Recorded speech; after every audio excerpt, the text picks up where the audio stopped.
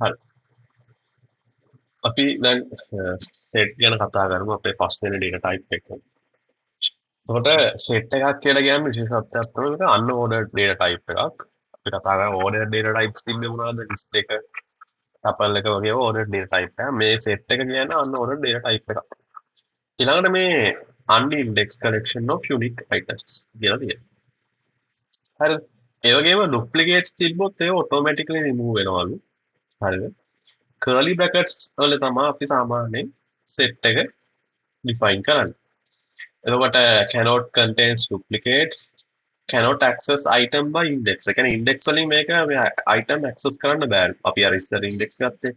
සහ can perform mathematical set operations like set කියන්නේ කුලක වලටනේ. හරි. එතකොට like union intersection difference වගේ. සහ set එකක් ඇතුලේ list එකක් set එකක් සහ dictionary එකක් තියෙන්න බෑලු. ඒක තමයි කියන්නේ not allowed list set and dictionary types. පැහැදිලි? හරි. එතන මෙන්න මේ ටික චුට්ටක් බලා ගන්න ඕනේ. ඊට අමතරව මම මෙතන set එකක් define කරලා තියෙනවා. ඒ set එක ඇතුලේ strings දාලා තියෙනවා. හරිනේ. එතන මේක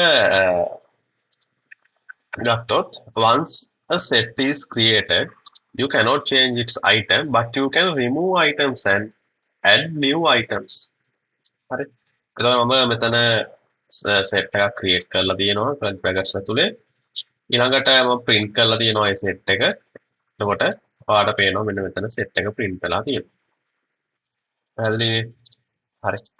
ඊළඟට අපිට පුළුවන් හරිද මේ set එකට add කරනවා. ඒ කියන්නේ මෙන්න මේ main set එක තියෙනවා මම මෙන්න මේක පදනම් කරගෙන තමයි ඉස්සරහට ඔක්කොම කතා කරගෙන යන්නේ. මේ my set කියන එකට අපි 4 කියන එක add කරනවා. ඒතර add කරන්න අපි my set ඒ කියන්නේ අදාළ set එකේ නම සහ .add කියලා ඒක ඇතුළට add වෙන්න ඕන මේ element එක දුන්නා නම් හරි. ඒතර මම 4 add කරලා තියෙනවා. ඒතර ඔයාලට පේනවා හරිද මේක add කරන් පස්සේ set එක තමයි මේ තියෙන 1 2 3 4 කිය. මම තව එකක් add කරලා බලන්නම්කෝ my set.add මම මෙතන දෙන්නම් ICT කියලා බලමු මොකද එන්නේ. අන්න හරිද set එකේ පිටිපස්සට add වුණා my set මේ ICT කියන එක. ඊළඟට set එකේ අපිට පුළුවන් item එකක් remove කරන්න. එතකොට remove කරනකොට අපි දැන් ගත්තොත් අපේ දැන් original set එකේ තියෙන මොනවද 1 2 3 4 ඒ set එක තියෙනවනේ. හරිද? එතකොට ඒ set එකෙන් අපි ගත්තොත් මෙන්න මේක තමයි අපේ දැන් set එක වෙන්නේ. 1 2 3 4 ICT කියන එක දැන් update වුණානේ. හරිද? එතකොට 1 2 3 4 ICT කියන set එක ගත්තොත් ඒ set එකේ මෙන්න මේ 2 කියන එක්කෙනාම අයින් කරලා දාන්න ඕනේ මට. 2 කියන එක්කෙනාම අයින් කරලා දාන්න. එතකොට එහෙනම් 2 කියන එක්කෙනා අයින් කරන්නේ අදාළ variable name එකත් එක්ක remove සහ ඒ අදාළ remove වෙන්න ඕන name එක දුන්නා නම් හරි. එතකොට ඔයාලට පේනවා ඒ update වෙච්ච set එක මෙතන වෙන්න තියෙනවා. මෙතන තමයි ඉස්සෙල්ලා previous set එක 1 2 3 4 ICT එකේ දෙක නැතුව ඉතුරු ටික මෙතන ඔයාලට පේනවා print කරලා. පැහැදිලිද කියලා හිතන්න. ඊළඟට discard mode එක. දැන් discard mode එකේදී බලන්නේ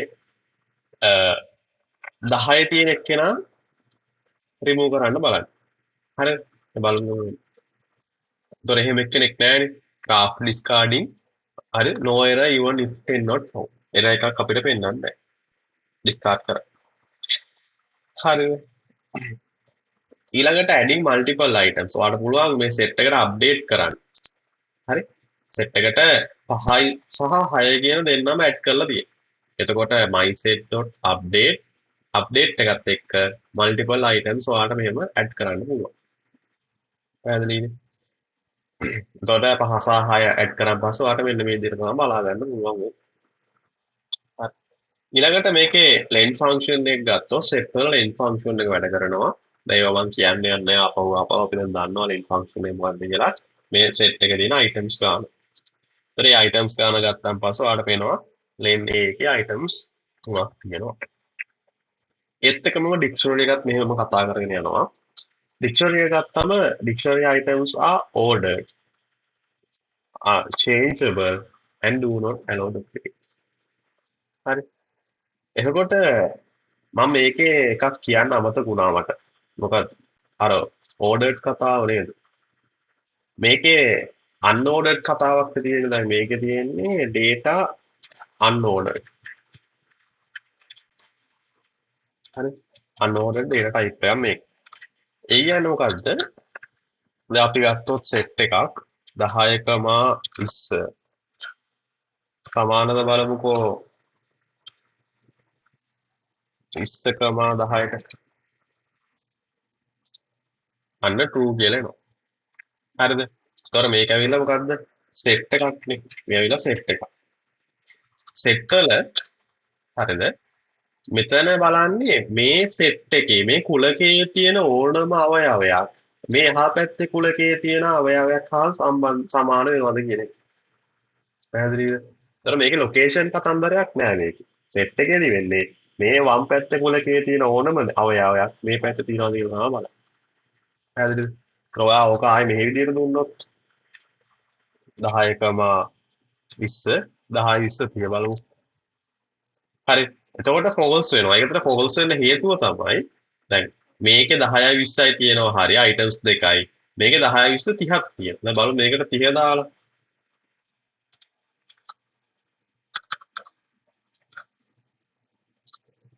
හරි අන්න එතකොට true වෙනවා. ඒතර මේකේ බලන්න මෙන්න මේකේ තියෙන items ප්‍රමාණයම මේ පැත්තේ තියෙනවාද කියන එක තමයි බලන්නේ. හරිද set එකේ. එතකොට මේකේ order එකක් අවශ්‍ය නැහැ. හරි. order එකක් අවශ්‍ය නැහැ. ඔයාලට මෙතන 30 දාන්න පුළුවන්. හරි. මෙතන 30 දාලා මෙතන 10යි තියෙන්න පුළුවන්. ඒක ප්‍රශ්නයක් නැහැ. ඒ items ප්‍රමාණය තමයි ආ බලන්නේ. ඒක true කියලා එනවා. ඔය set වලනේ. ඒතර ආයි unordered data type එකක් ඕක. අපි ගත්තොත් දැන් ordered data types මොනවද කතා කරේ? ordered අපි ඉස්සෙල්ලා කතා කරේ list එකයි tuple එකයි. ඒතර ඒවත් මතක තියාගන්න ඕනේ. හරි. list එකයි tuple එකයි මොකද්ද උනේ කියන්නේ.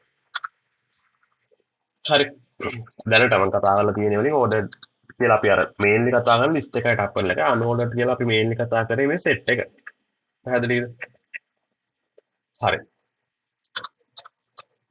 ඩික්ෂනරි එකට ආවොත් ඩික්ෂනරි එකේ මොකක්ද කියන්නේ ඕඩර්. ඩික්ෂනරි එකත් එහෙනම් මෙතනට වැටෙන්න ඕනේ ඕඩර්ඩ් එකක් විදිහට. අපි අන්օඩර්ඩ් නේ.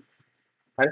එතකොට අපි ගත්තොත් ordered list ordered data types ගත්තොත් mainly කතා කරනවා අපි list එක tuple එක ඊළඟට dictionary එක. එතකොට අපි ගත්තොත් dictionary items are ordered changeable කියන්නේ මොකද්ද? mutable do not allow duplicates. duplicates තියෙන්නත් බෑ. හරිද? Dictionary items are ordered, changeable, do not allow duplicates. Dictionary items are presented in key value pairs and can be referred to by using the key. මේක ගත්තොත් මේක syntax එක මම මෙතන දාලා තියෙනවා අපි dictionary එකක් හදනකොට dictionary එකට අදාළ name එකක් තියෙනවා සාමාන්‍යයෙන්. ඒ කියන්නේ variable එකක් නේ මොකක් හරි. සහ මේ dictionary එකට key සහ value කියන pair එකකින් තමයි මේක යන්නේ. key එකක් සහ value එකක් තියෙනවා මෙතන. හරිද? දැන් එන්න මෙතනට. දැන් මම මෙතන person කියලා dictionary එකක් create කරලා තියෙනවා. ඒ person කියන dictionary එකේ මේ name කියලා කියන්නේ වම් අත පැත්තේ key එක. ඒ name කියන key එකට අදාළ value එක තමයි John කියලා කියන්නේ. පැහැදිලි? age කියලා තව key එකක් තියෙනවා. ඒ key එකට අදාළ value එක 30යි. city කියලා තව key එකක් තියෙනවා. ඒ key එකට අදාළ value එක 30යි.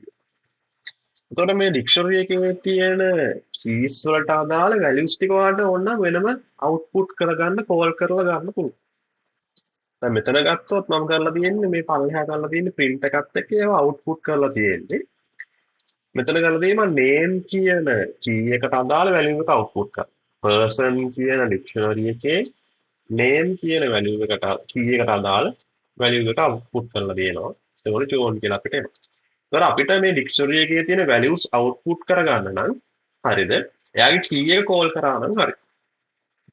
පැහැදිලි කියලා හිතනවා. හරිනේ. ඒතර ඔයාලට පේනවා අපි keys තුනක් තියෙනවා name age city. ඒ තුනේ call කරාන් පස්සේ එයාගේ නමත් එක්ක ඔයාලට එනවා output එක. හරිද? ඒ වගේම මෙතන තියෙනවා cannot add two dictionaries. අපි list එක දෙකක් එකතු කරාම තනි list එකක් බවට පත් වුණා. ටපල්ස් දෙක එකතු කරාම මොකක්ද උනේ? තනි ටපල් ලැබ් බවට පත් වුණා. හැබැයි ඩික්ෂනරිස් දෙකක් එකතු කරන්න බෑ. ඒ වගේම ඩුප්ලිකේට්ස් තියෙන්නත් බෑ. ඒ කියන්නේ අපි කතා කරා ටපල්ස් වල ඩුප්ලිකේට්ස් තිබ්බා. ලිස්ට් වල එකම ඩේටා එක නැවත රිපීට් කරලා තිබ්බා. ඒක කිසි ප්‍රශ්නයක් වුණේ නැහැ. නමුත් මේකෙදි ඩික්ෂනරි වල ඩුප්ලිකේට්ස් තියෙන්න පුළුවන්ද බැරිද?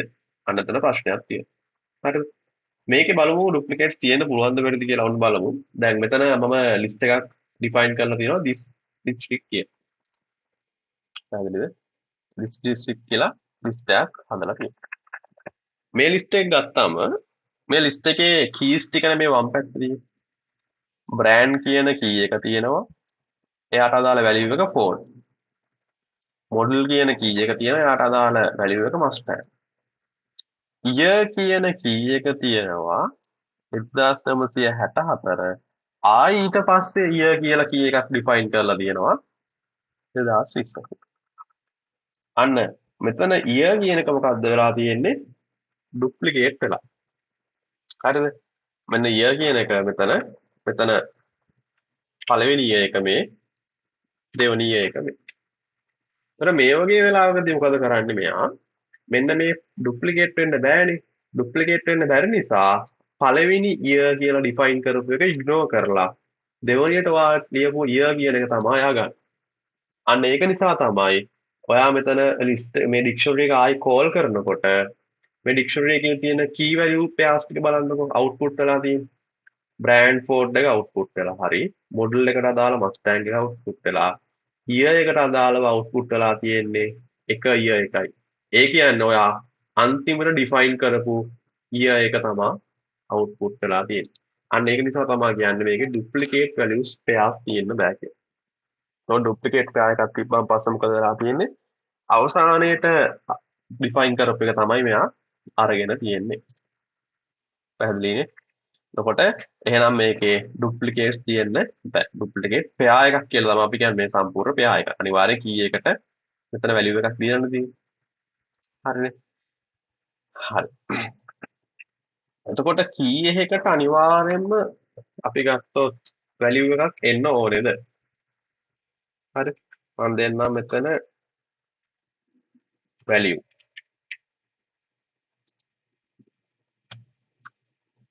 හරි. වැලියු එක දීලා මම දෙන්නම් මෙතන ස්පේස් එකක් බලමු.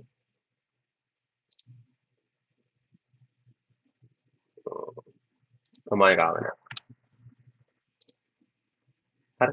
අන්න වැලියු එක දීලා ස්පේස් එකක් දුන්නොත් ස්පේස් එක අවුට්පුට් වෙලා තියෙනවා. ඊළඟට මම ගත්තොත් ඒක බ්ලැන්ක් කියලා බලමු. අන්න එරර් එකක් වෙනවා. ඒතකොට වැලියු එකට අදාළ කී එකක් කී එකට අදාළ වැලියු එකක් මෙතනට එන්න ඕනේ. පැහැදිලිනේ? හරි. ඊළඟට len ෆන්ක්ෂන් එක වැඩ කරනවාද මේකේ? දැන් මේක ගත්තොත් බ්‍රෑන්ඩ් කියලා එක pear එකක් තියෙනවා. කී එකයි වැලියු එක. මොඩල් කියලා එක pear එකක් තියෙනවා. හරි. year කියලා එක pear එකක් තියෙනවා. ඒතකොට len ෆන්ක්ෂන් එකේදී ගණන් කරන්නේ මේකේ තියෙන pairs ගාන. ජෝඩු ගාන pairs ගාන තමයි items විදියට ගන්න. ඒතකොට මේකේ ප්‍රධාන වශයෙන් len එක ගත්තම pairs 3ක් තියෙනවා. pairs ගාන තමයි len ෆන්ක්ෂන් එකේදී ගන්න. දැන් මේක ගත්තොත් මේකේ pairs කීයක් තියෙනවා? බ්‍රෑන්ඩ් තියෙනවා Ford කියලා, මොඩල් තියෙනවා Mustang කියලා දෙකයි. year එක තියෙනවා 1964, year එක තියෙනවා 2020. දැන් මට කියන්න මේකේ pairs තියෙන්නේ 4ක්ද 3ක්ද? ඩුප්ලිකේට් values තියෙන්න පුළුවන්ද බැරිද කියන සාධකය මත ඔයා කියන්න මේකේ pairs තියෙන්නේ 4ක්ද 3ක්ද කියලා. ඩුප්ලිකේට් values ගන්නෙ නැත්නම් මේකේ තියෙන pairs කීයද? 3යි. ඒ කියන්නේ මේකේ අපි ගන්නෙ බ්‍රෑන්ඩ් එකයි මොඩල් මස්ටෑන්ග් එකයි year කියන එකයි. ඒක නිසා තමයි මෙතන len එක ගත්තම 3ක් pairs 3යි. ඩුප්ලිකේට් values ඉග්නෝර් කරලා දානවා. ඊළඟට මේක mutable. ඒ කියන්නේ මොකද්ද? වෙනස් කරන්න පුළුවන් data type එකක්. හරි. වෙනස් කරන්න පුළුවන් data type එක. කොහොමද මේක වෙනස් කරලා තියෙන්නේ? මේකේ මම කරලා තියෙනවා මේ A කියන ඩික්ෂනරි එකේ බ්‍රෑන්ඩ් කියන කී එකට අදාළ වැලියු එක Ford නේ තිබ්බේ. Ford කියන value එක අයින් කරලා එතන value එක දාලා තියෙනවා Toyota කියලා. පැහැදිලිද? අන්න ඔයා දැන් already define කරලා ඉවර වෙච්ච dictionary එක key එක අරගෙන ඒ key එකට දාලා තියෙන value එක ඔයාට මොකක් කරන්න පුළුවන්ද? වෙනස් කරන්න පුළුවන්. හරි? ඔයාට පුළුවන් මම තව උදාහරණයක් ගන්නම්. ඒ කියන dictionary එකේ හරි year එක මම මොකක්ද කරන්නේ? 2020 කරනවා. දැන් බලමු 1964 2020 බවට පත් වෙනවාද කියලා. අන්න 1964 මොකක්ද උනේ 2020 බවට පත් වුණා. හරි. ඒ කියන්නේ ඔයාලට පුළුවන් ඒ අදාළ කීයකට අදාළ values ටික ඕන වෙලාවක අප්ඩේට් කරන්න, change කරන්න පුළුවන්. අන්න ඒක තමයි අපි කියන්නේ mutable කියලා. ඊළඟට ඔයාලට ඕනේ නම් මේ dictionary එකේ තියෙන සියලුම key values ටික output කරලා බලා ගන්න. මොනවාද මේ dictionary එකේ තියෙන key values? අන්න ඒකට අපි පාවිච්චි කරන function එක තමයි a.keys කියන function එක. ඔයා a.keys කියන function එක පාවිච්චි කරාන් පස්සේ මේ a කියන dictionary එක ඇතුලේ තියෙන සියලුම keys වල values ටික ඔයාලට output වෙනවා. මේ brand එක, model එක, year එක. ඒකේ duplicate values ignore කරලා තමයි ඔයා ගන්න. හරි. දැන් මම තව key එකක් define කරොත් එහෙම color එක red. හරිද?